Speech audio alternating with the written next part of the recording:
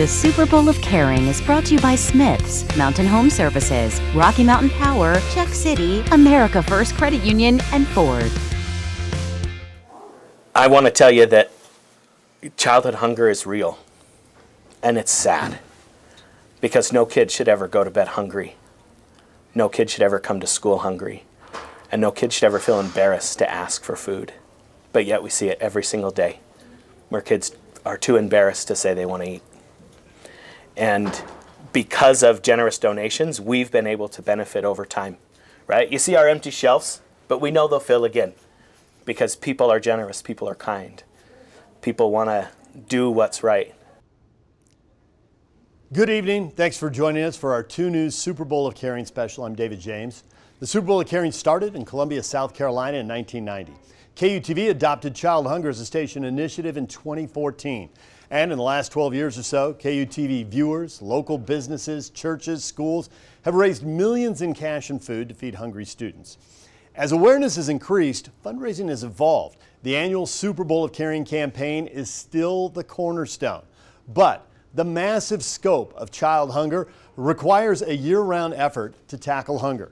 Last year, we documented the progress made in the Davis and Granite school districts over the last 12 years. And tonight, we're going to show you the tremendous progress the Jordan Education Foundation and the Jordan School District have made in the face of a pervasive problem.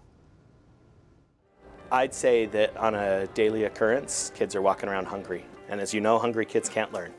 About 70% of our students are on free and reduced lunch, and so they experience some level of food scarcity at home because of an income scarcity.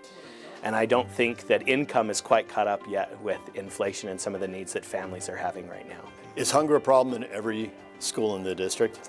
Every single school in the Jordan District, we do have a principal's pantry available for students who are struggling. And there's not a single school that doesn't have a need. How many kids do you have who are hungry? I can't even count the number. We have a lot of hungry kids. 4 times 5 equals 20. The kids are precocious, charming, and obviously smart. Okay, how about 7 times 6? You gotta be kidding me. It's so easy. It's 42. I don't know how you can be an educator and not look at every single child that you see and hope for something fantastic for their future. Have you ever been hungry at school? Yeah. That's why you get a snack from the office. Is it hard to learn? Is it hard to pay attention in class when you're hungry? Yeah, when I'm hungry, I get cranky and mean. And I do not like getting cranky and mean. Crankiness, hunger, behavior issues, they're often linked. We've got an elementary school who the principal was telling me about a 3rd grade teacher who he just happened to check on the class as she was throwing books against the wall, acting out. He didn't know what was going on, invited her to go for a walk, found out she was afraid and scared. It was Friday, she had missed breakfast. She realized she wasn't going to eat again until Monday. So he brought her into the principal's office, gave her access to some food for the day to take home. Behavior was better in class. The whole classroom was better suited for education. And now the principal knows of a need that exists, and now he's watching her regularly. Some of the hungry kids are also homeless. A family came and they asked for some help, needed some food, so we packed them some bags. You know, I just came into the pantry, you get some canned goods, a mix of boxed goods, kind of put this bag together, and we walked out. Mom was so grateful. And then she stopped and she said, "Buddy, I gotta be honest, we're living in the car. Is there anything that doesn't require a microwave and a can opener? Is there anything that we'd be able to feed the kids for the weekend that wouldn't need that?" And my heart broke because I didn't even think of that. I didn't even think to ask about their current living situation and what they had access to. How many kids in this school are homeless? Well, we have probably 120 on our list for McKinney-Vento students. Some of those most of them have housing insecurities, maybe couch surfing. We have one that's living with her boyfriend's parents. The need never ends, but neither does the response. How do Jordan District schools stock their pantries? They tackle hunger year-round. So a variety of ways. Sometimes parents come and they're grateful for what we were able to do with them, and so they'll bring some groceries and food. The Jordan Education Foundation has been remarkable to work with. They provide a great number of groceries and food items, whether that's monetary donations that people make to the foundation, and then they buy food from wholesalers, and then we go pick it up from kind of a central warehouse. We also take donations at Heartland that we funnel through the foundation, where somebody will reach out. In October, I got a call from a CEO of a local business and said, "Buddy, I saw something on the news about kids struggling to pay their lunch debt." And I said, "That's true." And he said, "Does that happen at Heartland?" And I said, "It does." And he said, "I'd like to cut you a check for $5,000, and then I want to bring some food to stock your pantry. Can we do that?" And so he did that, and then his organization has come when we have the food bank here and unloaded and packed bags for kids once a month. So do you have a mobile food pantry from the Utah Food Bank? We do. We have a mobile food pantry. We do about 115 families every month. We call it Heartland Grocery Pickup. How much money do you raise/spend in a year to support hungry students in the district? That's a great question. Just recently we did some analysis to determine how much cash came in for food and how much the value of the food that was donated came in. And during the last calendar year, we were over $250,000. And that's $260,000 in donations. And a decade ago, you were just getting started. Yeah, where $10,000 would celebrate. Yeah.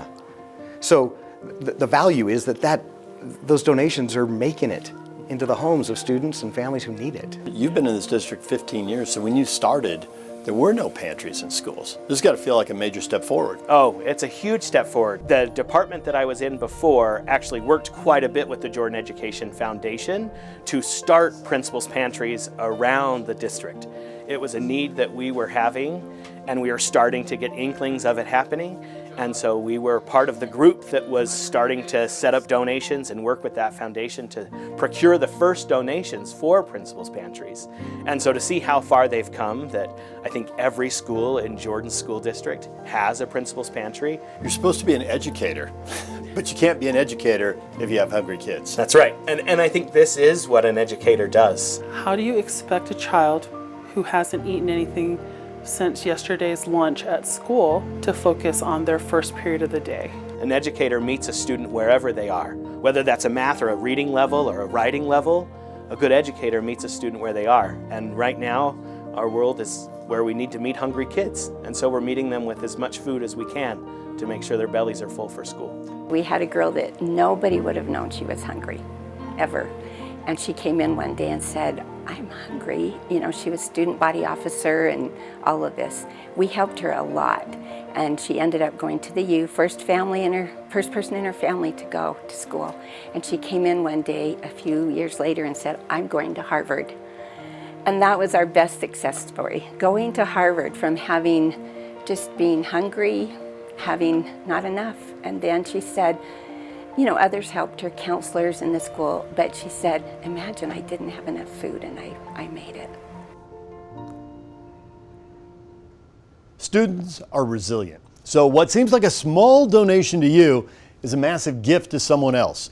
The Jordan Education Foundation was at the first meeting we had for the Super Bowl of Caring back in the summer of 2013. And at that point they had a problem, but they had no money, no food, no plan. And 12 years later, they have a pantry in every school, and they're raising over $250,000 in the last year. Let's update the Super Bowl of Caring total for the state of Utah. This year we're over $1.5 million, and we can't thank all of you enough. This includes, but is not limited to, donations over the phone on Wednesday, online at KUTV.com, all the Smith's customers who donate at checkout, HB Boys, and the gift cards that they hand out at schools, Herculean efforts by the Jordan and Grand Education Foundations, and the Scouts will add to this tomorrow. They'll be scouting for food, collecting donations at Smith stores statewide. So thank you to each and every one of you. Still ahead, if you need to find food for your family or someone you know, help is closer than you think. That's next.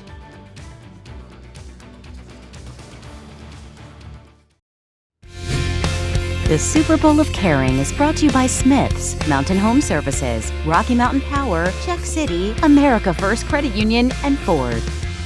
Every time you see a story about housing prices and rental prices, do you groan? Yes, because I immediately think of my hungry kids and my hungry families and hungry people in a community. It's one of the biggest issues that we have to tackle on a daily basis with kids. We see the rent is hard to pay, and to see them come in, and it's heartbreaking, actually. Rising rents and home costs are definitely a factor in child hunger. If you or someone you know is hungry, help is probably closer than you know. Go to the Tackle Hunger map online. Churches, schools, community centers, they've started pantries, but they don't have money for signage and advertising, so many are hidden in plain sight. Go to map.tacklehunger.org and you will find more than 25,000 pantries across the country. That's map.tacklehunger.org. We're going to give the final word on tonight's show to an administrator who works with at-risk kids, and we'll do that next.